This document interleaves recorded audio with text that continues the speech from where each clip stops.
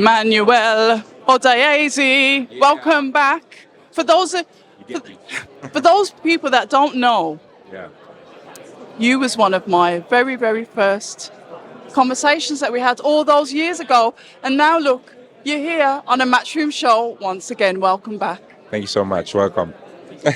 Welcome to you as well. Nervous Right, giggles. let's get that. No. We're keeping it in. We're not getting anything out of here.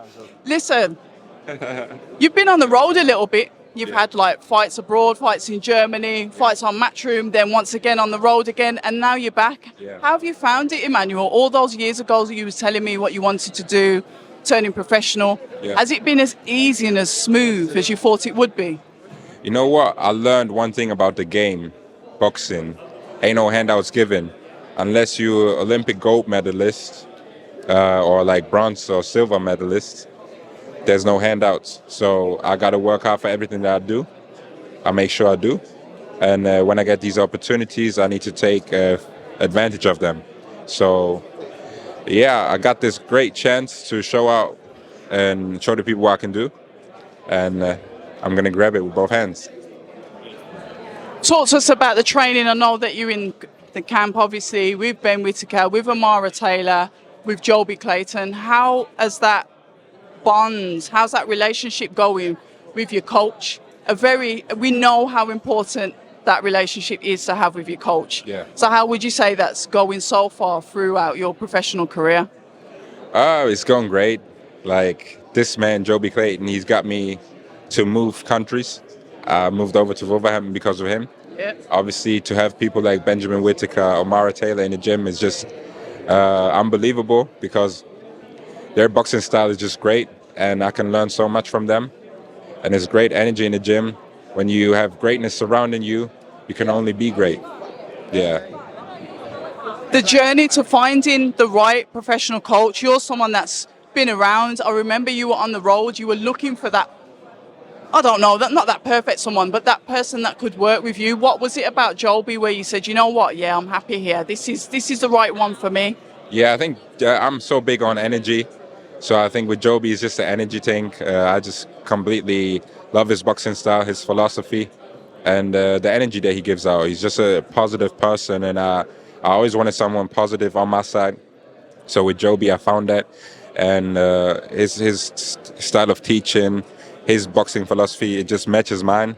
So I think it's a perfect match, and the people gonna see further down the road when I have these big fights where they say, oh, it's a 50-50 fight, you're gonna see now it's not 50-50 because we've been putting in the work from early, and I'm gonna show them greatness. One thing I will say about you is that you have got that boxing IQ. You do move around the ring really nicely, but I'm gonna throw a little bit of a knife at you. Yeah. One of the things, you're a heavyweight, and there's a lot of pressure on the heavyweights to get the stoppages. We're in a world now where we like highlight reels. Yeah. We literally want to see people's faces hanging off in the ring before we'll give them an ounce of credit. Yeah. What would you say to the fans in regards to that? And is that something that you are working on when we talk about getting those stoppages? I think you've had two stoppages, You've had two knockouts, haven't you? In 3 fights, yeah. 2 stoppages in 3 fights. It's all right. You know what?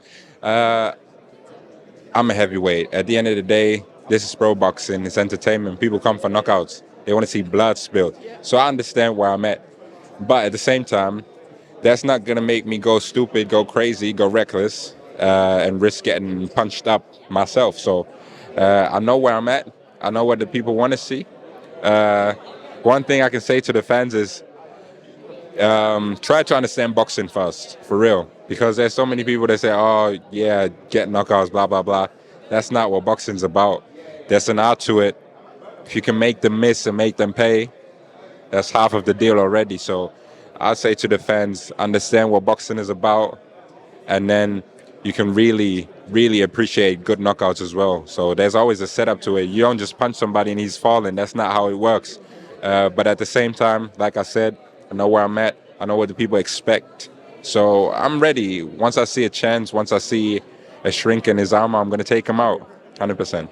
I really like what you've said there, and it is an unforgiving sport. So early on in your career, like you said, you're going into fight number 4. Yeah. You are part of the 258 stable, part of Anthony Joshua's team. Talk to us about working with 258 and how you find them as a management company and how they're helping to guide your career. Put it this way, it's not everyone that can get on a Matchroom card, that is not necessarily signed with Matchroom. That's where I'm going with that. Yeah, 100%. 258. They're one of the greatest management teams out there because they've been there, done it before. So all those great relations they formed over the years are helping me getting these opportunities, and now it's just on me to take advantage of them, of the opportunities. So I'm happy to have a great team surrounding me. They have a plan. I just gotta stay patient, and when I get these opportunities, I just gotta show out. So that's what it's about, for real. When you look at the heavyweight division, there's quite a few of you that are prospects. You've got obviously Fraser Clark coming through, obviously Solomon Dakers coming through that I know that you've sparred with. You've got Matty Harris coming through, I know you've sparred with him as well. All of the Moses Atuma, we cannot forget obviously him as well because he's destined to be this champion.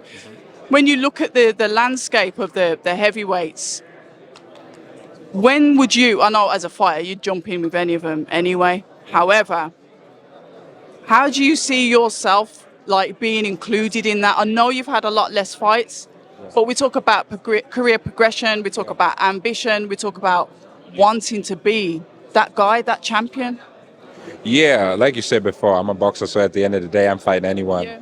If they bring up any of these guys, let's get it on, 100%. I respect all of them. No, did he? No, did he?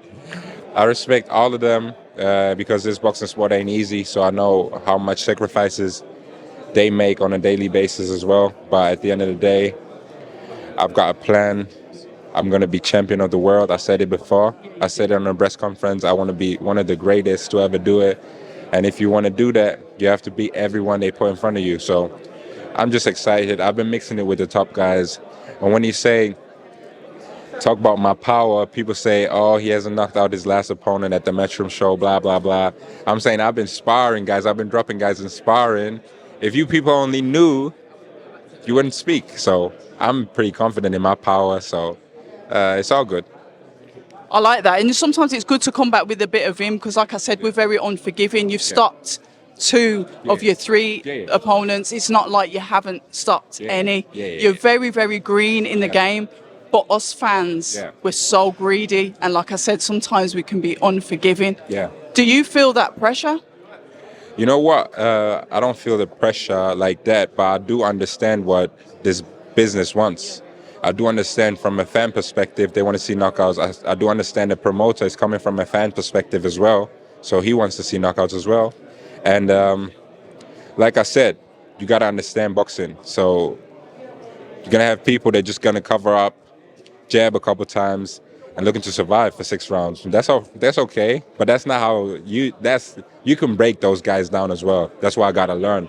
But then if I have someone that actually wants to fight, that actually wants to throw punches, that's way easier to get knockout for me. So once you see me get higher in level, once you see guys actually trading punches with me, you're going to see more knockouts from me, 100%. Yeah.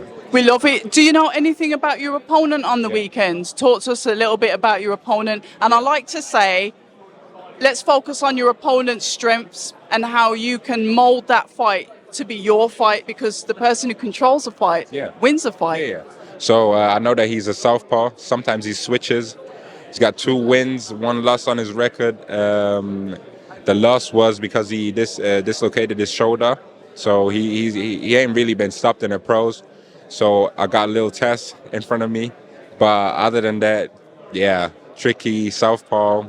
But like I said, I've been sparring Usyk over 100 rounds. So I've been in with the best southpaw you can be in. So I'm ready for anything. Like I said, I just want to go up in levels, focusing on this fight, and after that, we're on to the next one. We love it. Listen, it's been an absolute pleasure. I will be there ringside, cheering you on. Just all the best and have fun on Saturday night. That's the main thing. Just have fun with it too. It's about enjoying the process, and so good to see you. After we had that interview like 5-6 years ago, it's crazy to see you here as well. You've been doing your thing, and I respect that. And hopefully see you on Saturday. You definitely will. Thank you so much, Emanuel. Until the next time, October Red, Emanuel Odiase. People say I'm toxic, and honestly, I don't care.